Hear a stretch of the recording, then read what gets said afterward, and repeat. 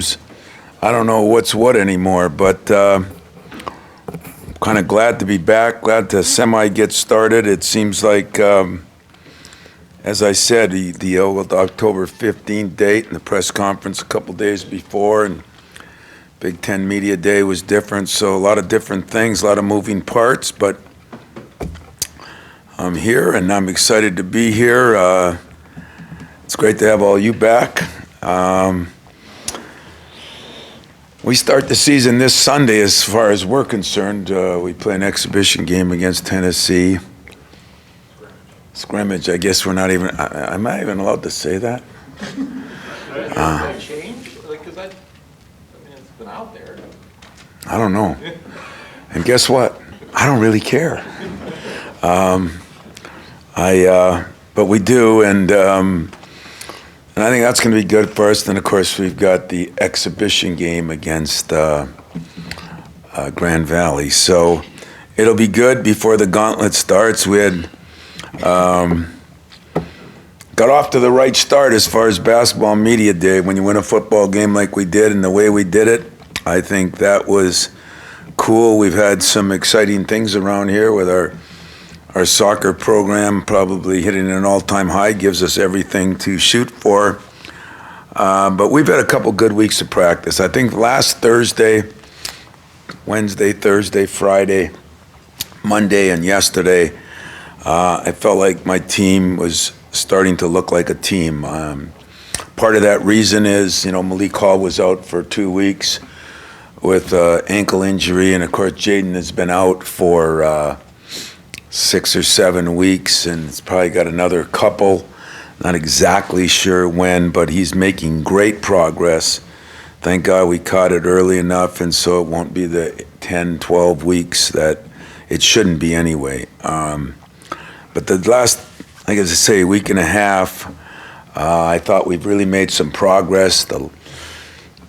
Get some really experienced players. We got lack of some egos that people have to deal with, but are good experienced players with Malik Hall and Joey Hauser having great summers.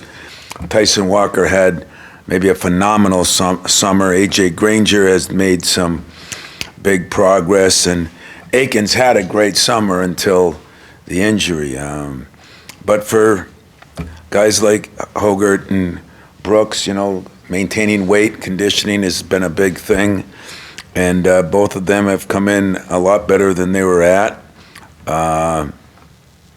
So I think there's a lot of positive things there that I'm looking for. It's a different team, maybe not with the superstar, but I think it's a collection of guys that have bought into a lot of stuff, had a great summer with, and should have very good chemistry amongst them. I think it's been a very unselfish team, a good passing team. I do think we're a better shooting team.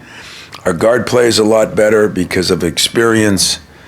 I think we'll be better in that area.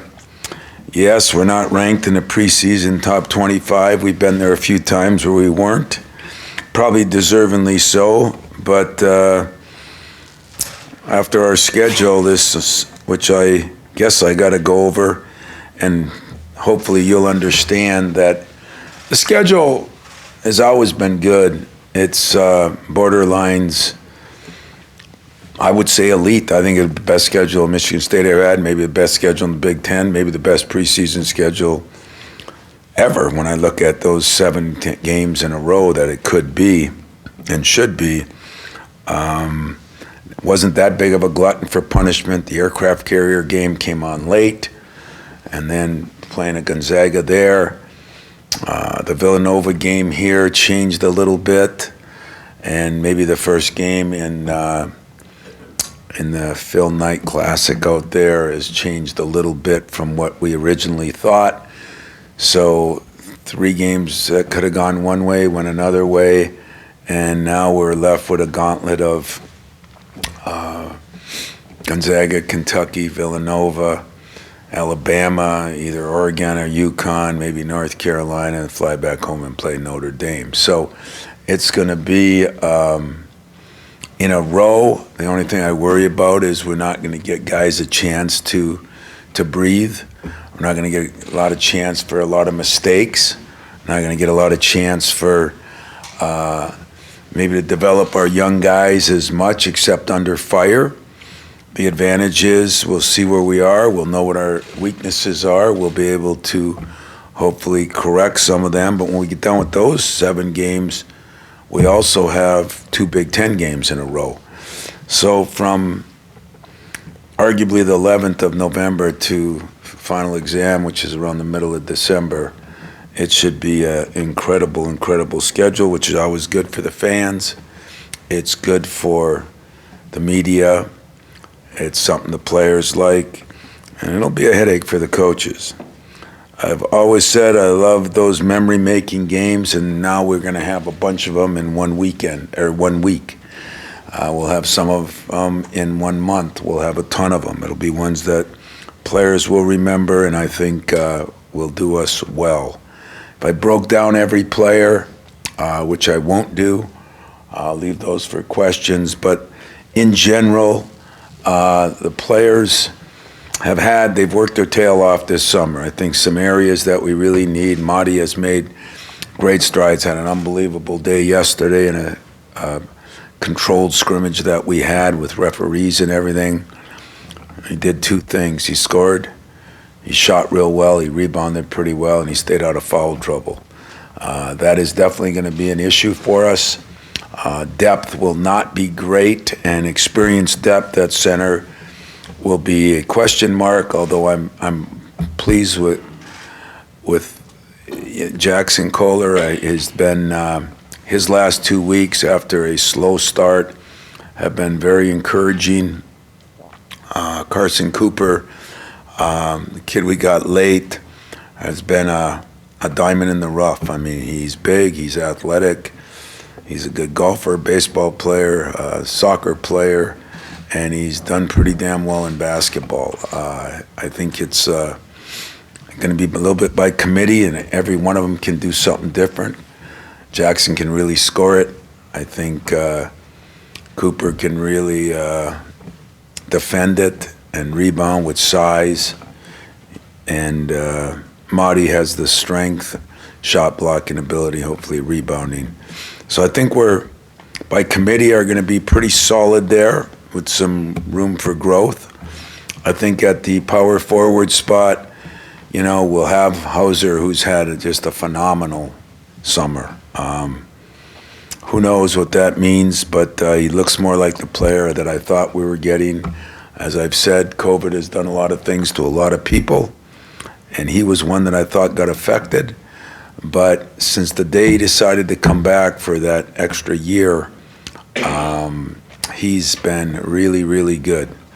And he brings the shooting that we need, and he shot the ball extremely well. I think he's finally over hesitations of that. He's one of my smartest players, and he's guarding better. He's lost a little bit of weight, which I didn't think that was good until I watched him move his feet and guard, and I think that's been really good. Malik Hall, who will play, start at the 3, but he'll play some 3 and 4. He too, like Joey, has had a good summer, but he gives us the versatility that he can guard 4 positions. So he can switch more and do more things. I think if there's been a weakness with Malik, I'm trying to get him to be the better offensive rebounder that I think he can be. And yet it's been a difference going from the perimeter than from the inside. Then we move into our guards. Pierre Brooks has shot the ball really well. Cut some weight, a decent amount. I think he's in better shape than he was. I think for him and Hogart, they've got to continuously work on their conditioning. But Pierre is, some of you saw him in Moneyball. He can put it in the basket. It's now the key is, can he guard it and can he rebound? He's got great strength. Him and Akins have been 2 of the guys that have been my hardest workers. They've been in the gym a lot. Pierre has really become the gym rat that I think is important, where he doesn't just like it, love it, but he lives the game, and I think that's been important for us. Akins will be a big key. Having him out has been a problem, but it's also given some other guys a chance to get better. And we've moved some people around, but Jaden Akins, I expect him to be one of our better players because he can, like a Gary Harris. He shot it pretty well last year, way better than I even thought when you look at the stats. He can defend it, and he can play multiple positions and defend multiple positions, also being one of our best athletes. The other guy that I think has made some great progress has been Tyson Walker. It just goes to show you, as I said about the transfer rule, I mean, it works, it doesn't work, but what he's done this year, the first thing he said this spring is, I feel so much more comfortable than I did a year ago. And I think because you understand the system, you understand the teammates, you understand where the locker room is, all the things that go into that first year, and I think it's been very good for him. He shot the ball well. He's defending. He was the best defensive player coming out of the league he was in. But he's just kind of matured and grown, and really excited about the progress he's made. And that leaves, A.J. Hogert at the point, which has made tremendous progress. But as I told him this morning, he still has progress to go.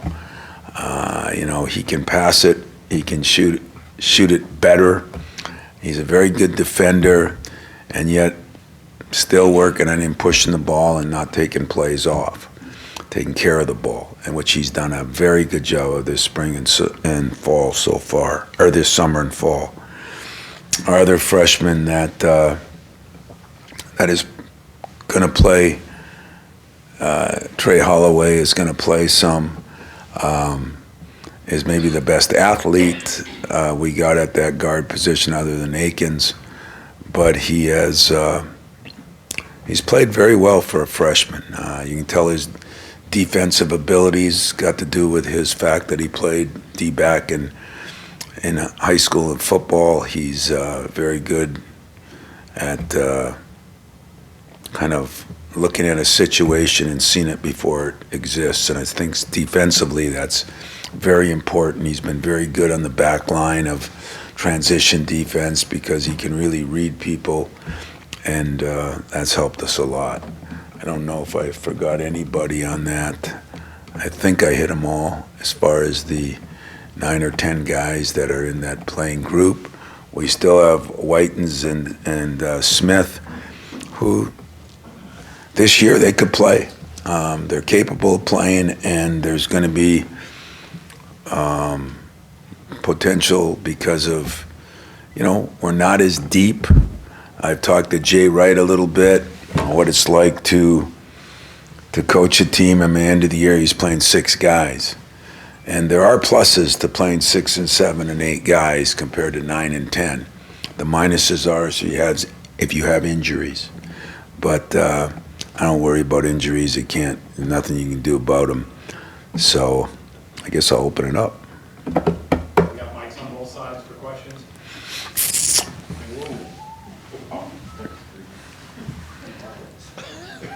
Tom, I'll start. Only SID that gave a mic to a guy sitting down and had to reach up. Wow. Poor guy. Is that the same problem you've had in your life? I did. Yeah. That's why I always grab my guys and pull them down. You guys always bitch about that. That's why I do it. All right. Anyway, obviously there's been so much talk about the center spot and all that and what you've decided to do there. But you've talked a lot, I think, since last week to now. I've heard you talk about Madi and the kind of the progress he's made. How encouraging is that? And is it significant enough for what you would need right now? And I guess the flip side is Jackson, is he still in a position where you feel like that's going to be 2 guys you can interchange pretty well there at this point? They're 2 different guys. Jackson is, like I said, a poor man Zach Randolph. He's got all these moves. You watch him play, he's got offensive skills and offensive moves, and he's got the step, and he's got a left hand, he's got a right hand. He's hard for our guys to guard around the basket. Now he's got to go around the other end and guard, and that sometimes is a problem. But he is the last 2 weeks, he's made significant progress. Yesterday in the scrimmage, which we charted, Marty was 9 for 10. There was times last year he couldn't have been 9 for 10 if he was, doing drill work. And I mean that respectfully, not disrespectfully. But he has really, he's really kind of developing. I mean, he's not there yet, but he's making progress. I think, are we going to be a team that's going to be able to throw it in? We haven't been that team very often. When Tillman was a sophomore, he did the things by guarding and rebounding and this and that, and then his offense grew. And I expect it more a little bit like that. We'll bring Kohler in. We can also go with Joey Hauser at the 5 and go small ball a little bit, because I'm sure we'll do that some. How much, I don't know. It's been interesting. Over all the years, there's not that many bigs, and we've been in a thing in the Big Ten right now, and we play Kentucky, who's got one of the best bigs in the country. We play Gonzaga, who has one of the best bigs in the country.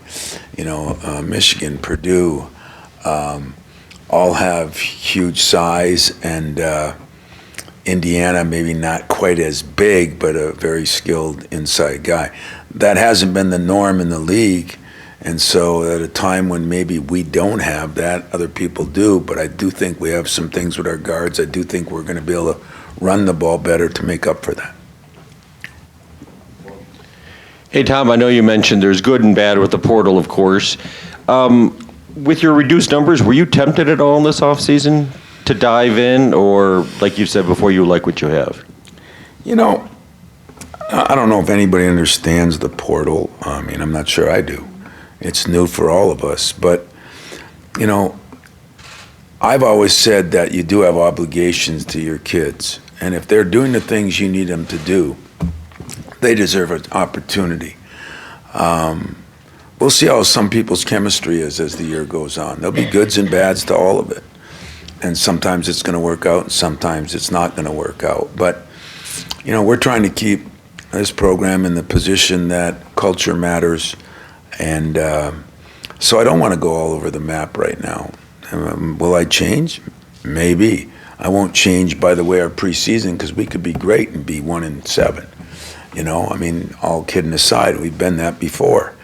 But I think the other thing you got to realize, if you're trying to stockpile guys or that, we were in a day and age there for this 2-year period where if you get somebody, you lose somebody. I mean, there's teams in our league that picked up a guy, and then the guy that was going to be a senior who started then left. And so it's got its pluses and minuses, and it always looks good. I mean, I say this, and I mean this. College football, I've never seen such a topsy-turvy. I mean, everybody. And I think it's because everybody's moving. A pro guy came in yesterday and it said it's hard to even figure out who's on whose team anymore as they're scouting. So that can be good and bad, and I've chosen the route.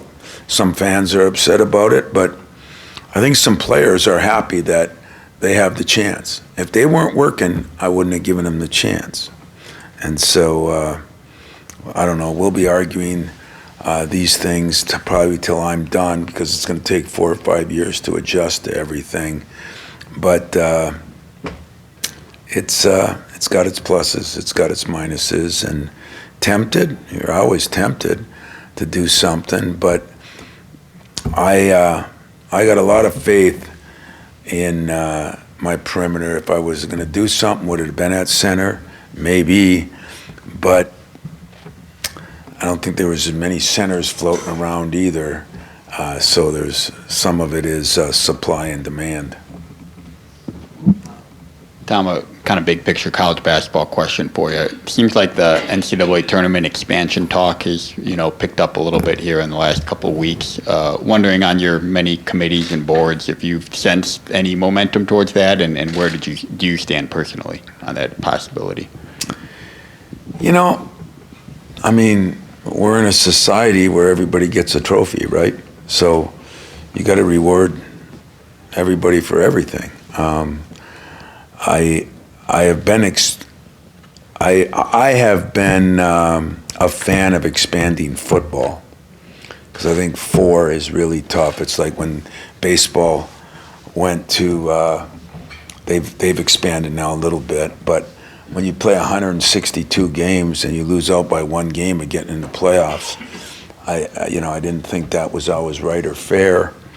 But 64 is a pretty good number. 68 it went to. If it goes to 96, I mean, I really don't care. Do I see? There's always interest in making sure everybody's happy. There's always interest in that. And that's all we do. We just complain about somebody didn't make it, somebody didn't do this, somebody didn't do that. So I don't know what's right. The more, if you looked at just getting the best 64 teams in, I'm sure you could do that. We don't have that kind of system. So if they expand, I'm happy. If they don't expand, I'm okay with it. I just don't know where anything ends, because the minute you give in to one thing, somebody else wants more and somebody else wants more. And as I said, we're into 27th place, here's your trophy. 39th place, here's your trophy. And I think that could get dangerous as far as how important that tournament is. I mean, there is something about that first weekend. If it gets watered down to 96, is it going to be the same? I don't know. I don't know what I'm just a basketball coach, and I'm on every committee. If you think that means I know anything, you're on dial-a-clue.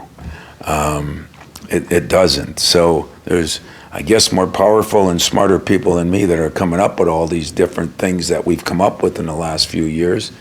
Maybe they're good, and maybe they're not. So I decided that I started worrying too much about all this other stuff.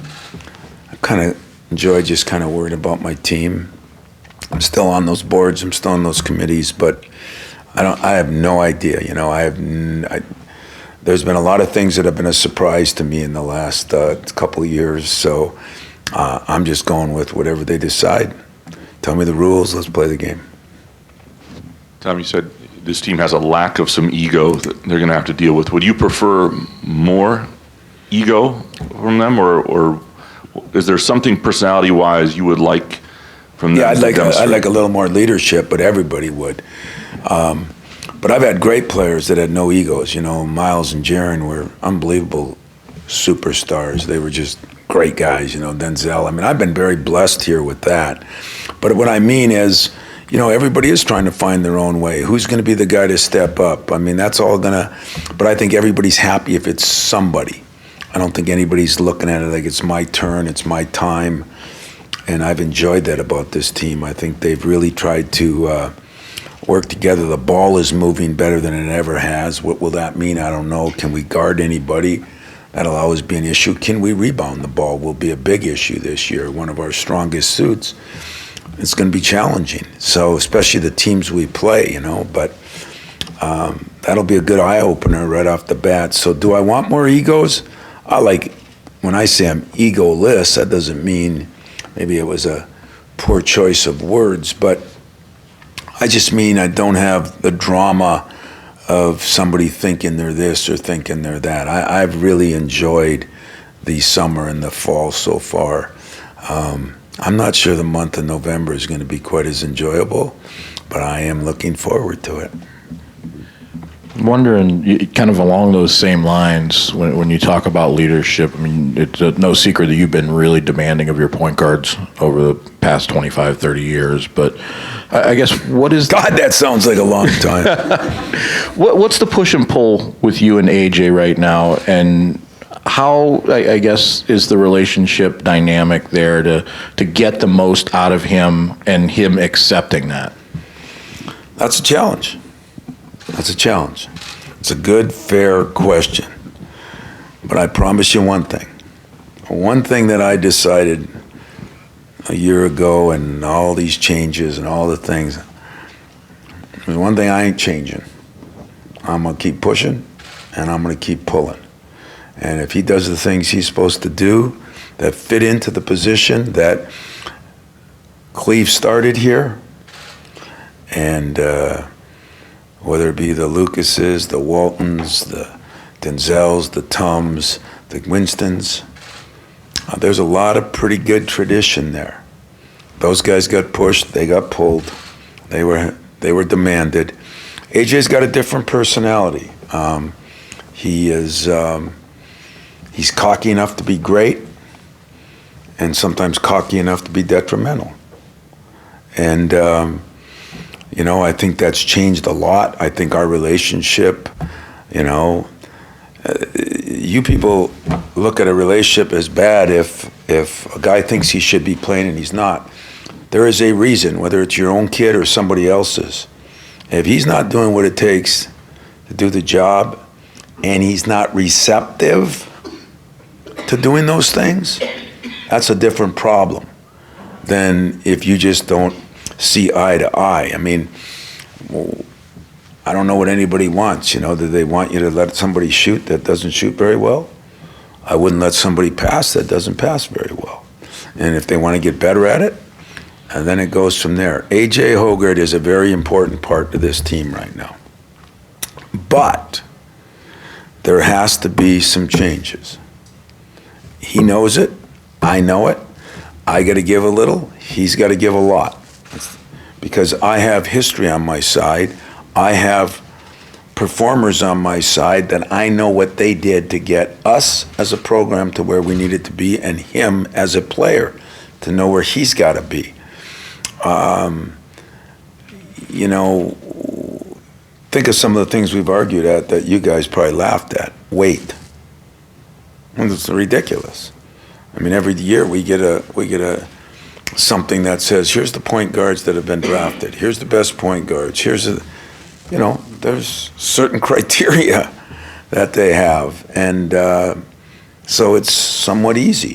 So I don't look at it as that I'm getting on them or I'm pushing or pulling as much as I'm trying to help them. I mean, my job is to try to make people better than they think they can be. In this day and age, that's getting to be a harder job. But I've kind of embraced it now. Because I think for a while between what happened here a few years ago and COVID, there was a kind of a rough 4 or 5 years when I think everybody was afraid to do it. One thing I won't be is afraid to do anything this year. If it means change the lineup, I'm changing the lineup. If it means put somebody else in, I'm putting somebody else in. But we're going to get back to this is the way it needs to be done to be as successful as we can be as a team, but just as important as you can be as a player. Because at that position, if the guards are playing well, your team has a better chance of being well. The center is important, but it's probably not going to determine your team as much as those guards. Tom, this is another leadership question. So you took 5 guys to Minneapolis. Might have been a little bit of a record. Don't know how many coaches take 5 guys to a media day, but all attributes of leadership that you mentioned. Who would you really like to see take the reins out of that group of 5? All 5 of them. It is more by committee. You're right. Believe it or not, as strange as this sounds, I took all 5 guys because I thought they all 5 did their job this summer and I liked them all. So it was a positive. If it set a record, God bless them. That was good. And maybe it tells a little story on who we are this year. We do have 5 guys. I thought every one of those guys deserved to be there. And it went by their summer, and it went by what I'm hoping. And the more I can be around them in spots outside of basketball and to be around other people, I think you learn from that. So there's no doubt that the Hoggard has to be one of our leaders. There's no doubt that Malik Hall has to be one of our leaders. I think Joey Hauser's ready to accept some of that. Jaden Akins wants to be. That's really encouraging for a sophomore. And Tyson, he has the smarts to be. He has the skill to be. He has the desire to be.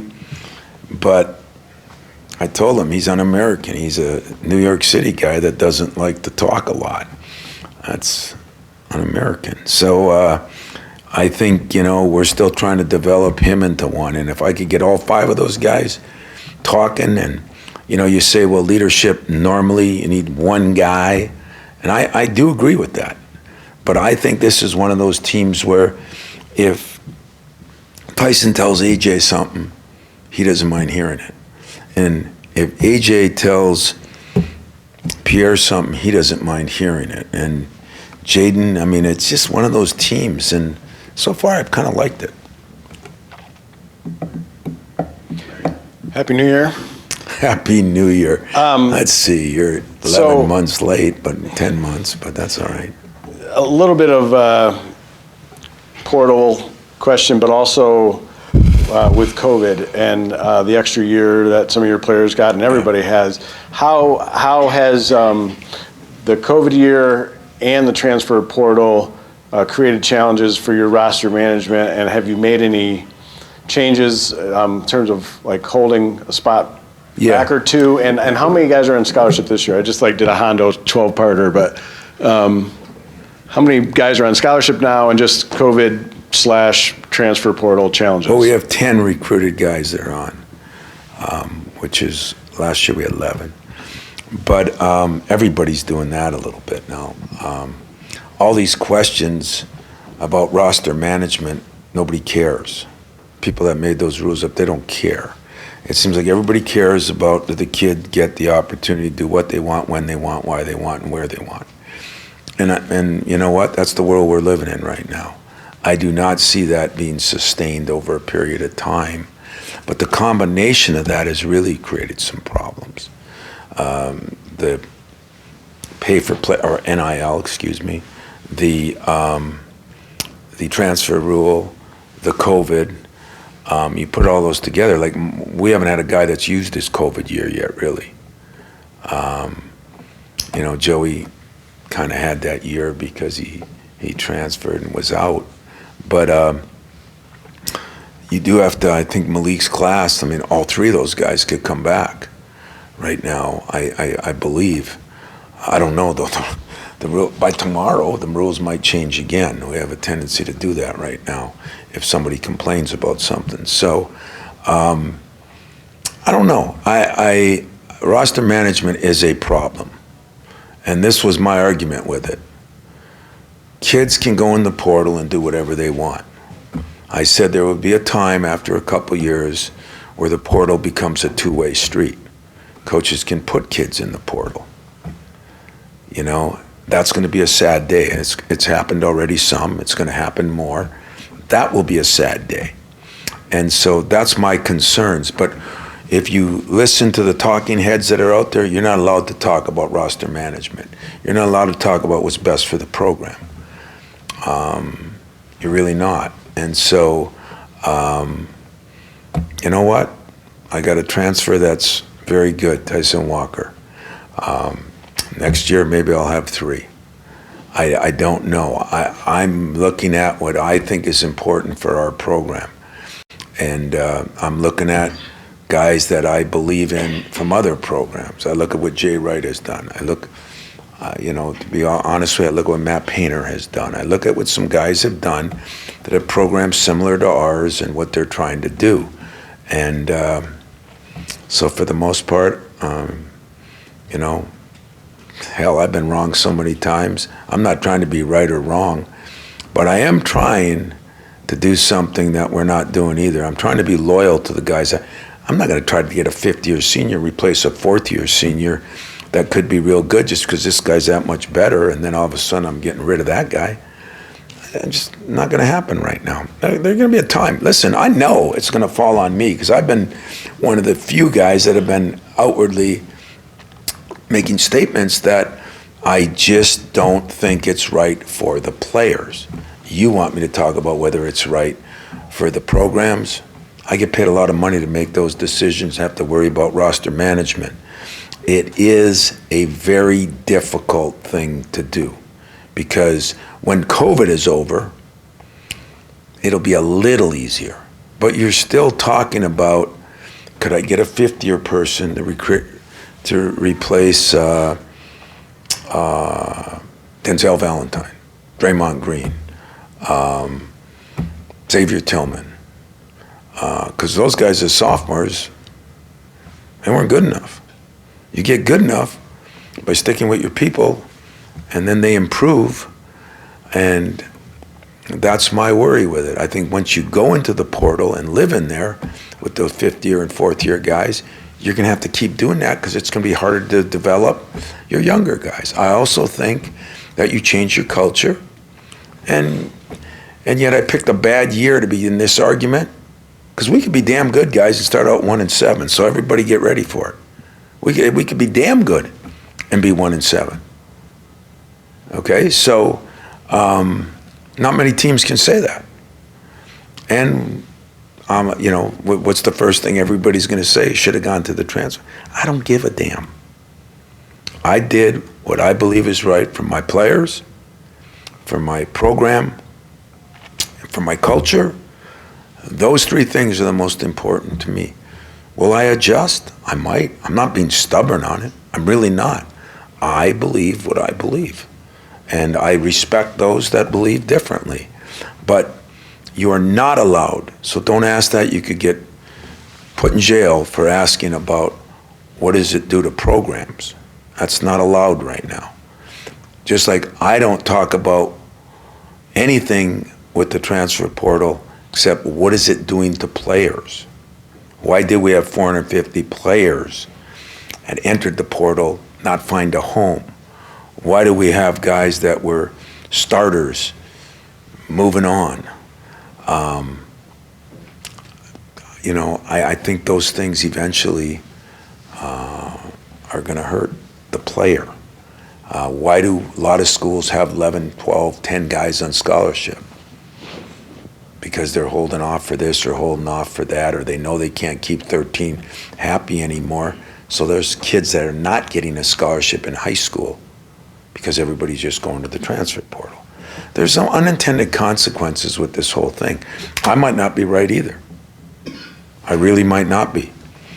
But I think coaches have to do what they have to do. When you come in new, you know, coaches that get different jobs. You know, I mean, hell, we're firing guys now in college football 4 games into the year. Maybe ADs wouldn't do that if they knew half the team was going to leave because they can do that now. So maybe it'll be a plus for the coaches. You know, I don't know. But roster management is very difficult if you want to have some loyalty to the players. You looked in a parent's eye, might be your son, and said, you know, I'm going to give him a chance to grow here. Those guys I named, there wouldn't be one of them here. Not one of them if they weren't loyal to the program and me either.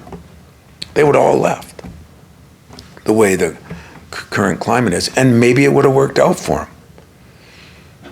But I've watched 2 of them be lottery picks. I watched one of them made $200 million now. One of them I watched play last night. It hasn't been so bad. And they still got a place to go back to. And they graduated. That's going to be another question mark. You know, as all of you know, I think, even though you question me sometimes, I question whether you guys went to college too, but all of you know that if you transfer schools, you're not graduating as easy. You know, you can transfer from here to Northern Michigan and they'll say, hey, I'm not taking that English 101 instead of English 102. So there are just so many things that we have not thought about. We reacted to lawsuits. That's their business. That's their problem. That's the NCAA's problem. I don't run it. I give advice because I'm on committees.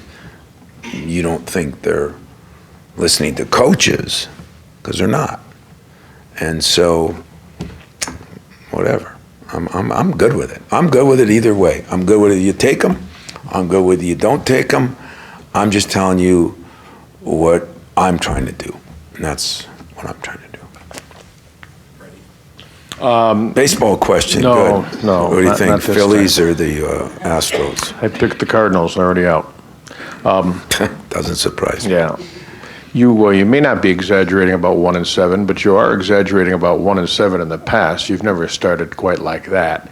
So my question is, are you ready, and more importantly, is the new makeup of this team ready to take their lumps possibly early and then come out going into January? I think we were, the problem is when we did this the last time in 2003 or 4, I think in those games we were like, I don't know, 2-6. I don't remember exactly. They were spread out. But they were spread out because, see, we only played 16 conference games. So we didn't have 20 conference games.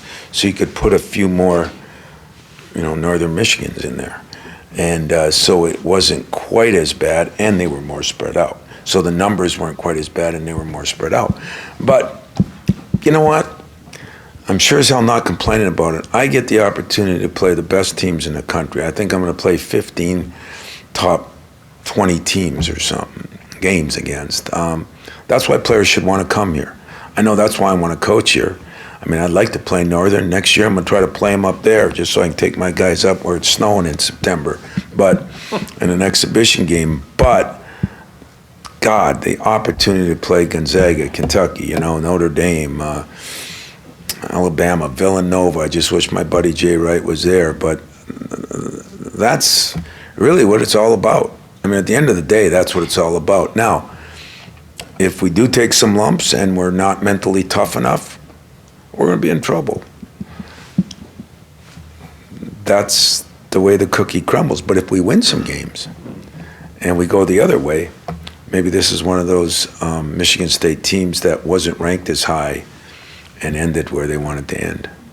And just generically, you didn't really make an opening statement, but your excitement level now heading into season 27. I'm excited of what? Give us your excitement level heading into season 27 here. I think I'm in the 28, aren't I? 28. Yeah. For a guy that picked St. Louis and they're out in the early round, I don't expect anything different. But you know what? I'm more excited. It's been a taxing 5 years. We've all here been through a lot. And COVID, there were just, that caused some problems for everybody. Everything's the same because it's the same for everybody. As I said, people talk about, well, I saw, you weren't this, and 2 years ago. Well, 2 years ago, we were one of 3 Big Ten schools that got COVID in the middle of the year, missed 17 days. So I don't look at things like you guys have to, and I understand you have to.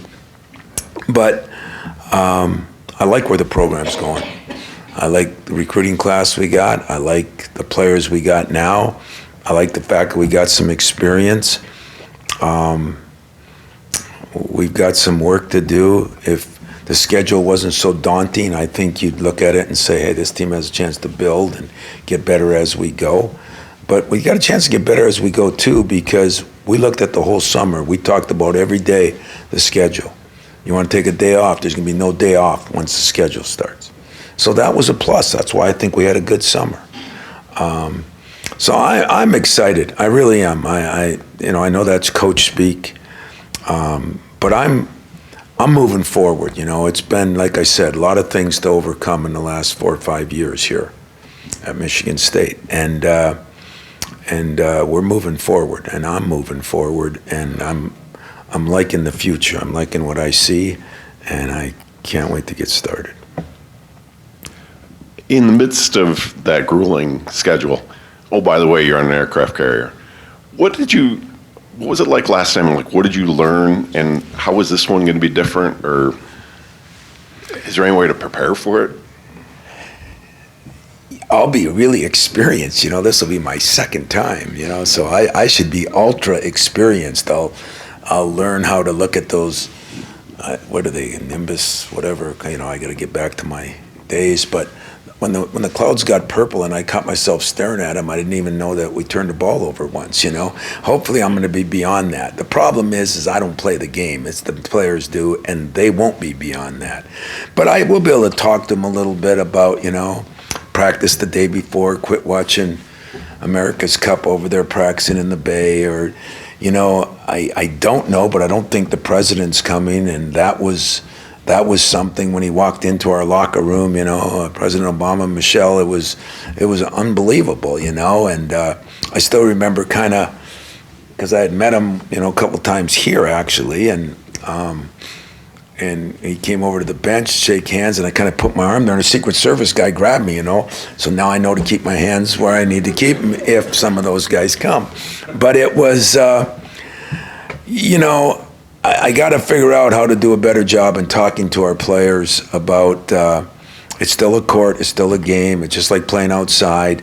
I do not think that it'll be no different for either team, the backgrounds and all that. I think when you play in big arenas, you play in football arenas like our guys have, I think you're prepared for that, I don't remember what we shot there. If you remember, we were playing pretty well till Brandon Dawson went down, and I think we were 6 or 7 up, and we got beat by a good team, But the memory-making experience of that, if you talk to our players that come back, they still look at that as one of the highlights of their life, not just of their basketball career.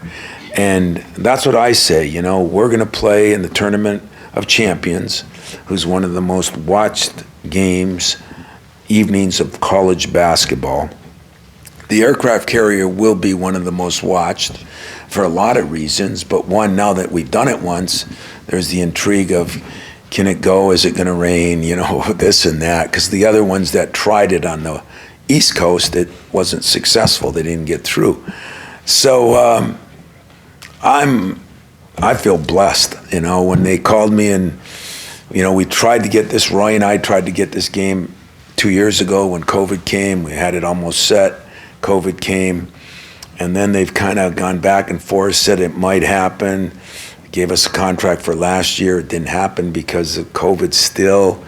And then, the debate, and when they called me and asked me this year, I'm saying to myself, wow, I already got a big schedule. I said, wait a minute. Michigan State was the founder, Mark Hollis, we were the ones that started it. It wasn't North Carolina, it wasn't Gonzaga, it was Michigan State. It was going to be a damn cold day in hell before I was going to pass up the opportunity to play there. If it hurts us a little bit, so be it. Because I think it's going to help our program. I think it's going to be a memory maker for our players. I think it helps the exposure for our university. I think it's a win-win-win-win-win. If Mark Few wants to forfeit, it'll be even better. But other than that, I'm looking forward to the game. I'm looking forward to the opportunity. I really am. We got time for 2 more before the players, Steven, and then Sean to wrap. Tom, I was wondering, with your smaller rosters you mentioned at the top, talking with Jay Wright and everything, just does that affect practices at all as a guy who wants to grind it and gets so much value in that? Yeah, it's a good question because my assistants, worried about playing war, worried about this, worried about that. I ended that quickly in the summer when I just said to myself, well, we're not doing what we normally do. It's not as big a deal as you think. I mean, sometimes you do have problems when you have everybody on your team thinks they should be starting. And every parent on your team of the players thinks that their kid should be the star. So, I think a lot of people are dialing back a little bit as far as numbers, which is sad. But because of all the things that are going on, I think that's happening. And so I didn't change practice much. I mean, and I think now that we're in it full go, maybe a little bit in the summer, I think we've gone harder, and it's this last week has been really good. So I'm really pleased with the progress we've made, and I'm trying not to change a lot. If you worry about what could happen, you know what you do? Did you ever see the show Benchwarmers, where the guy sits in the bathroom? Oh, you never saw that? You got to watch that show, man. It's a great show. Anyway, he was afraid of the sunlight, so he'd never come out of the bathroom.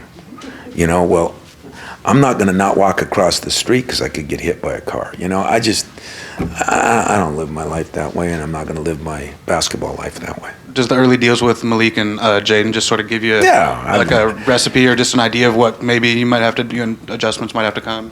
I don't know about the adjustments. I mean, as I told Mel, and I'd like to say this publicly, I mean, I'm sure he's not exactly thrilled with how the season's gone so far, but when you miss 5, 6 guys, I've said this 100 times, nobody wants to admit it. I don't want to admit it either.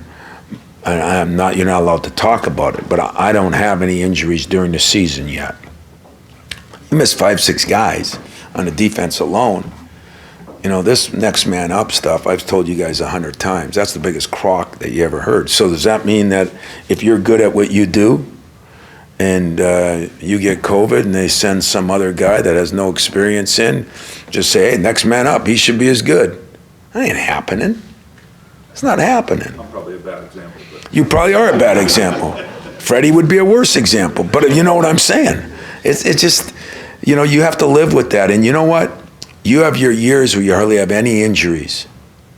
And, you know, I still remember when Payne and Dawson went down. You know, we were really good that year. They missed 8 and 9 games. We didn't win the Big Ten. We came back and played so well and, you know, should have even gone farther. But I think that year, did we go to the Final Four in 15, was that?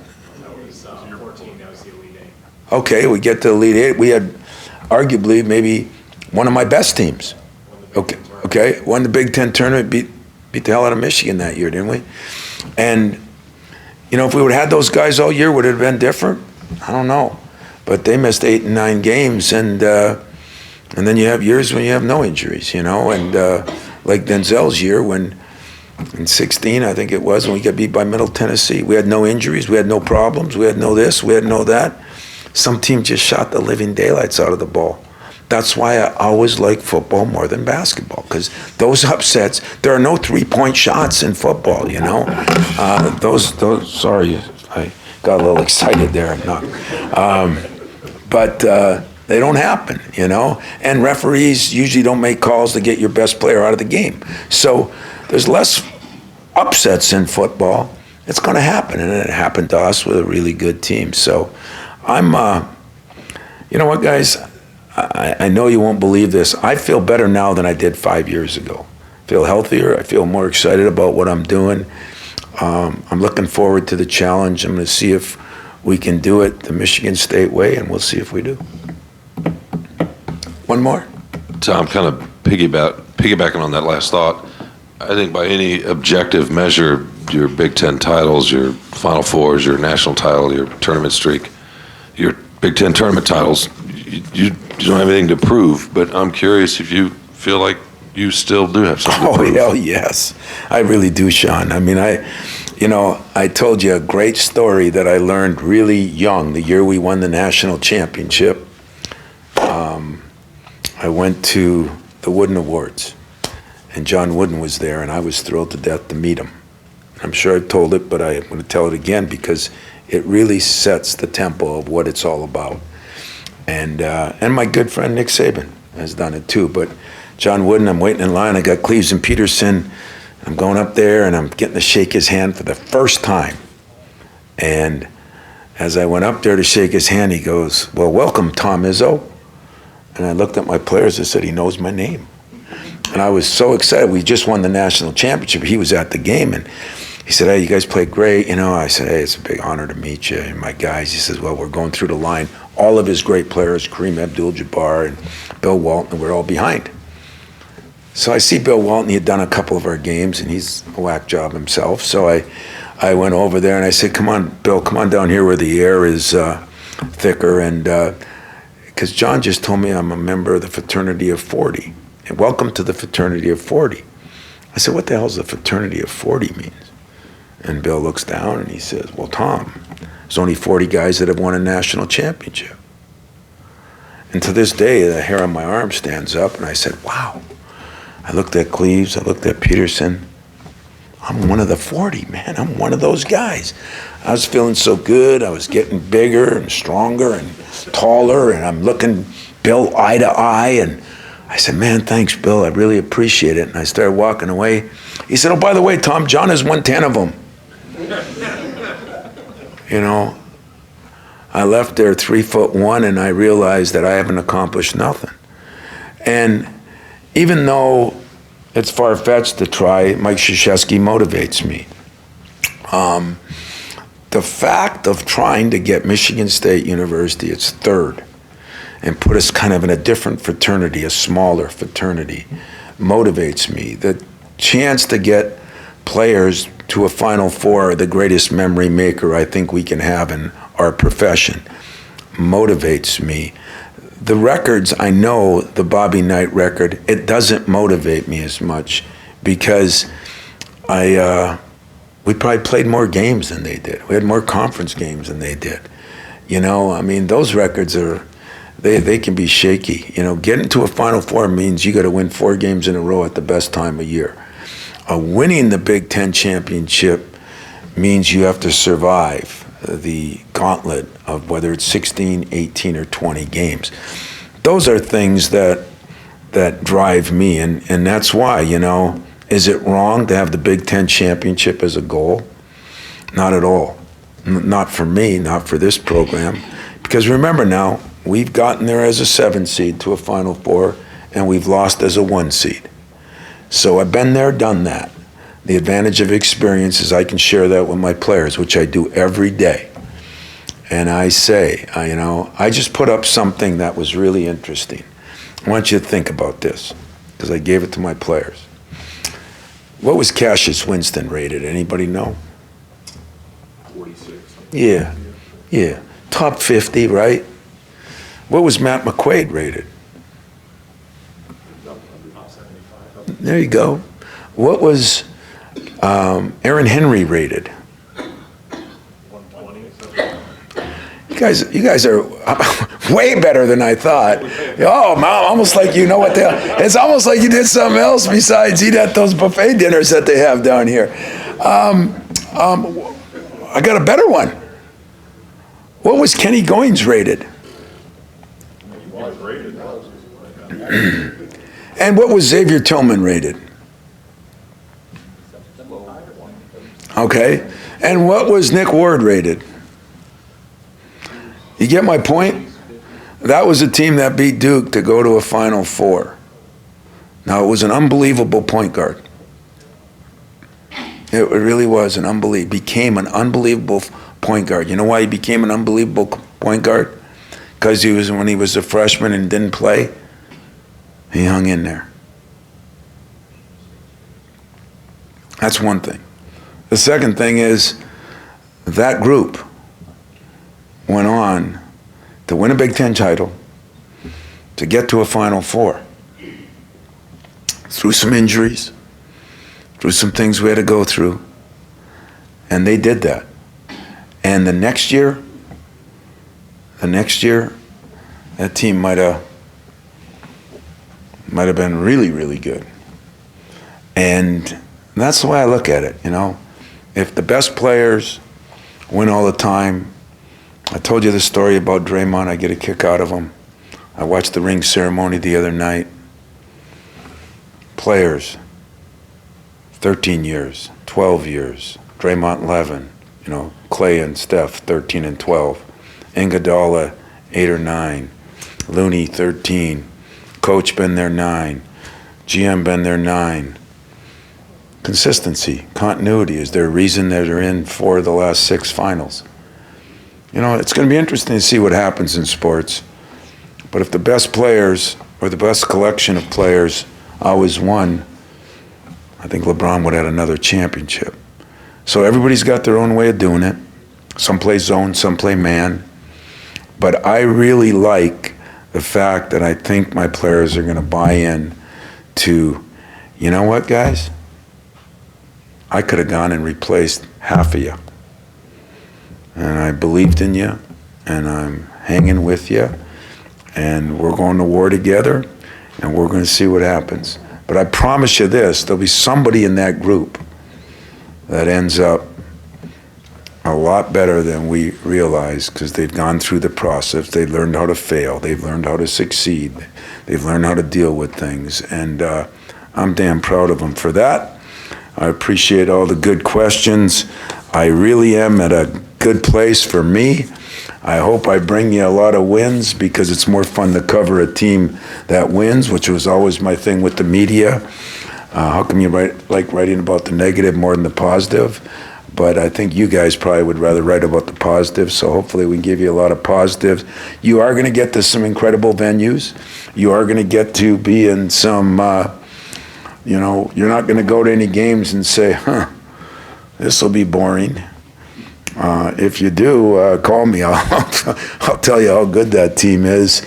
And then we got the Big Ten after that, which we all know will be very, very good. So appreciate you. Thanks. Enjoy the players. I'll talk to you soon.